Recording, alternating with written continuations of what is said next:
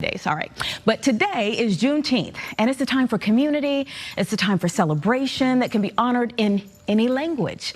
And I'm so happy to have the co-authors of a children's book highlighting the importance of freedom, unity, and culture within a multicultural community here with me. I have Valerie Butrón and Dr. Rita Guzmán. We are inspired to have you here with us today because you've done so much already. Thank you. Thank you for having us. We're excited to be here and celebrate Juneteenth Unidos with you. Yes, I love it. And I was telling them I love these colors. Thank you. We're humbled to be here. Yeah.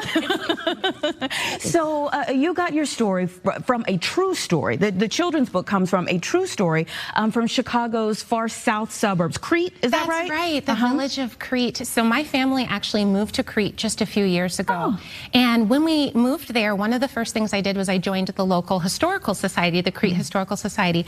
I learned then about Crete's special connection to the Underground Railroad and the fact that there are two sites there that are actually a part of the Underground Railroad. So when I learned that, I was like, oh, for sure there's going to be a big Juneteenth celebration, but there wasn't.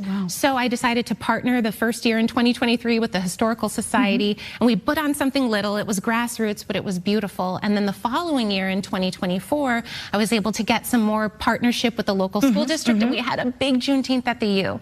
There was a wonderful moment, I'll never forget it, and it was what inspired Rita and I to write this book together, when there was a little girl who was dancing in the sunshine with her grandmother, and it was like all of the effort and work that had gone into having this celebration made it so worthwhile. We wanted to capture that in a story of showing how a community can learn together how to celebrate Juneteenth, because it's a new holiday, frankly, for a lot of people. Not everyone, but there's a lot of federal holiday, which means, a lot of people are learning more now. And learning how to celebrate it in a way where it's embracing all of America and embracing all families and languages. So we have We Celebrate Juneteenth Unidos that came from that. This is really designed to be a tool for educators, but then, you know, your first educators are at home. Absolutely, and that is the reason where I was telling Valerie, I said, I do not see as much celebration or education in that aspect. And we started looking to find out how many books were out there on Juneteenth, especially to be incorporated in schools and in homes at an early age. And I said, early literacy, and we have books on every other national holiday.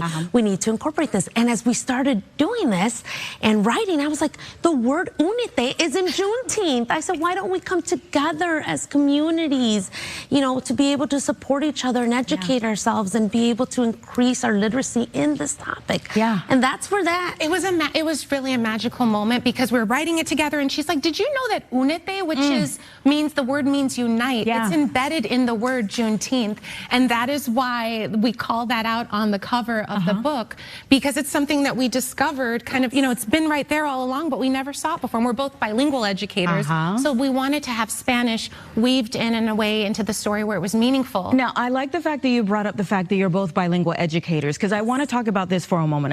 I feel like, and you can correct me if I'm wrong, I feel like it's only been in recent years that people have really started to delve more into the experience of Afro-Latinas. So tell me a little bit more about why that's important to you. On a personal level, as a Black woman who is raising an Afro-Latina child, because my husband, his parents immigrated to Chicago from Mexico in the late 60s, and so he's first generation, and our daughter being Afro-Latina really inspired me to want to partner with my friend and colleague Rita to try and elevate the voices of families who have multiple cultures in their family. They're American, and they also want to celebrate the fullness of who they are, and that is really why we use that word Tumbao as our battle cry. Really, it's about presence and rhythm and celebrating the fullness of who children are. And as we started exploring, my Afro-Latina roots came into my great-grandmother, and I always asked, you know, am I not Mexican enough? Am I not Latina enough? You know, like all of those pieces. And I was like, I have curly hair, I have darker skin, you know, I don't burn as much the sun and tan. And we started digging a little bit deeper into it, and I said, we all have roots that connect. and go deep. And I really felt that this was really a calling for us to be able to write this book and a sense of belonging for a lot of our little girls and boys in schools. Yes, absolutely. So you really want this book to spark conversation like what we've had here today. And you also have the basket. That's awesome too. Because there's fun ways to sell it. So it's not, obviously literacy, we're educators, we want to emphasize that, but we want to emphasize that there's fun ways to come together. So we've got some stuff in here, some Frisbees, some glasses, some lollipops, all for you, and lots of swag for you, I'm going to find some kids too. Yeah, thank you so much for being here. Appreciate the conversation and appreciate you. Thank you.